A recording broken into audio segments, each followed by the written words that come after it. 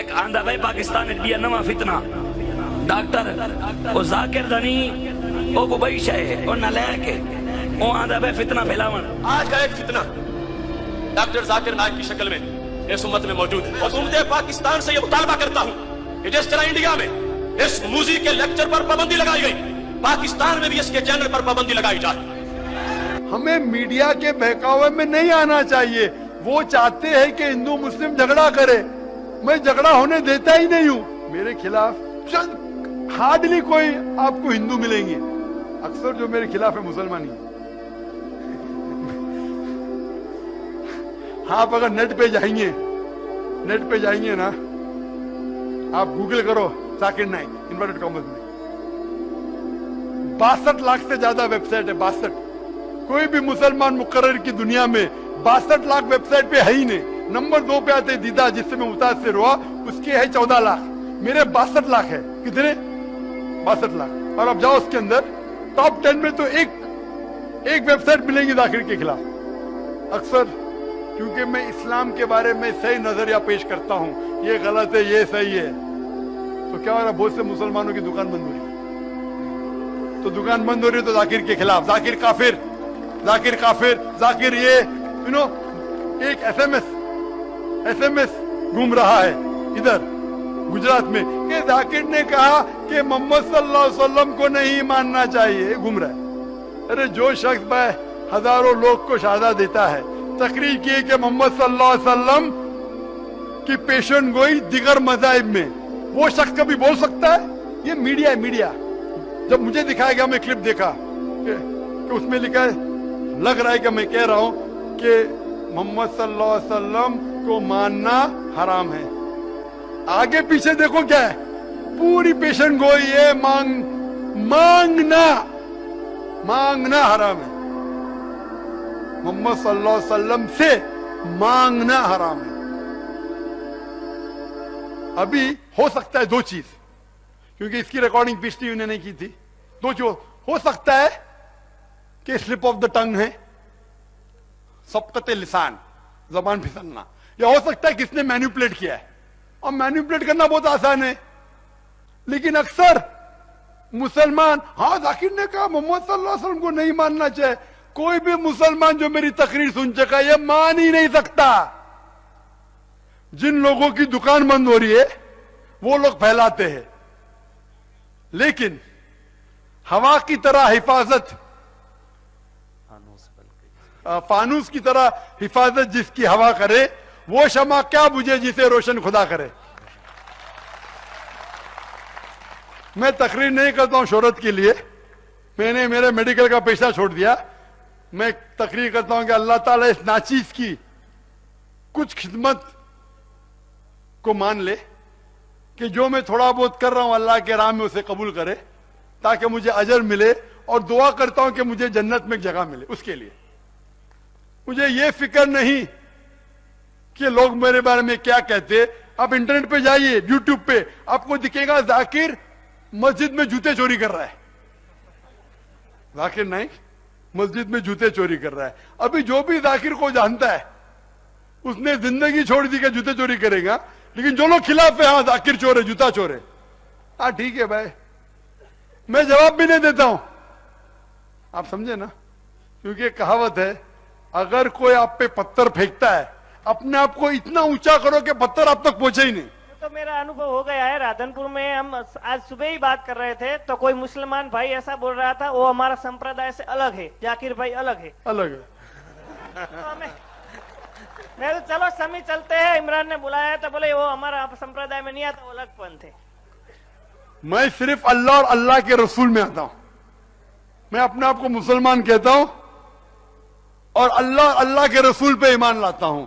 جو بھی قرآن اور صحیح حدیث سے ہٹ جاتا ہے تو میں کہتا ہوں بھائی میں صرف قرآن اور صحیح حدیث. کوئی بھی شخص چاہے مسلم ہو، کوئی بھی فرقے کا ہو، چاہے غیر مسلم ہو، اگر قرآن کی آیت پیش کرتا ہے میں اسے قبول کرتا ہوں. صحیح حدیث پیش کرتا ہوں، قبول کرتا ہوں. اگر دوسرا کچھ پیش کرتا ہے کہ اس نے کہا اس نے کہا، تو میں کہتا ہوں بھائی قرآن اور صحیح حدیث کی روشنی میں صحیح ہے تو میں مانتا ہوں، ورنہ میں نہیں مانتا ہوں. میں اپنے آپ کو کبھی عالم ہی نہیں کہتا ہوں، میں اسکالر بھی نہیں کہتا ہوں، میں اپنے آپ کو طالب علم کہتا ہوں.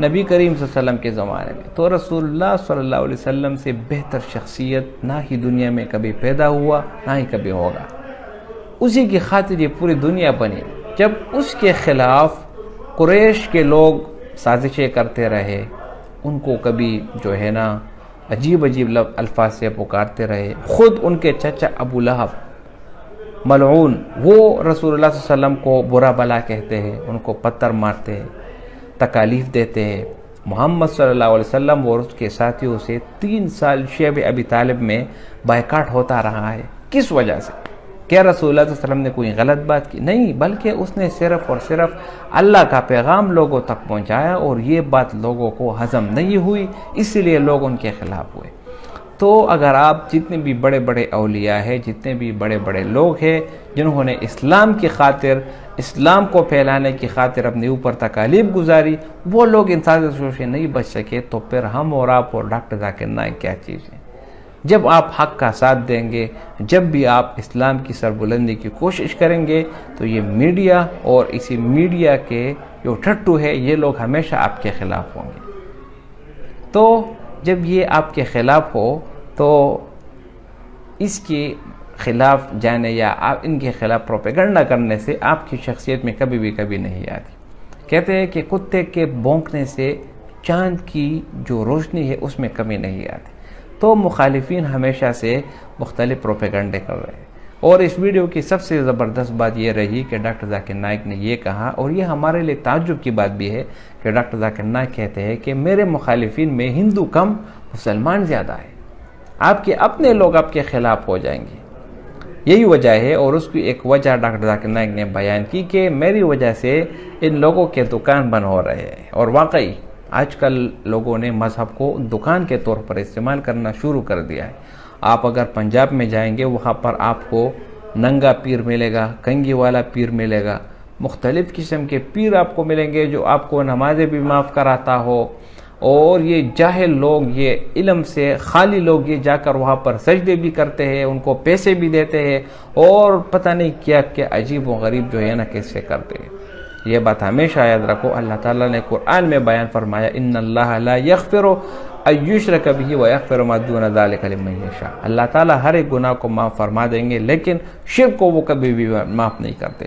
قبر کو سجدہ کرنا یہ شرک ہے، یہ بات 100% یہ شرک ہے۔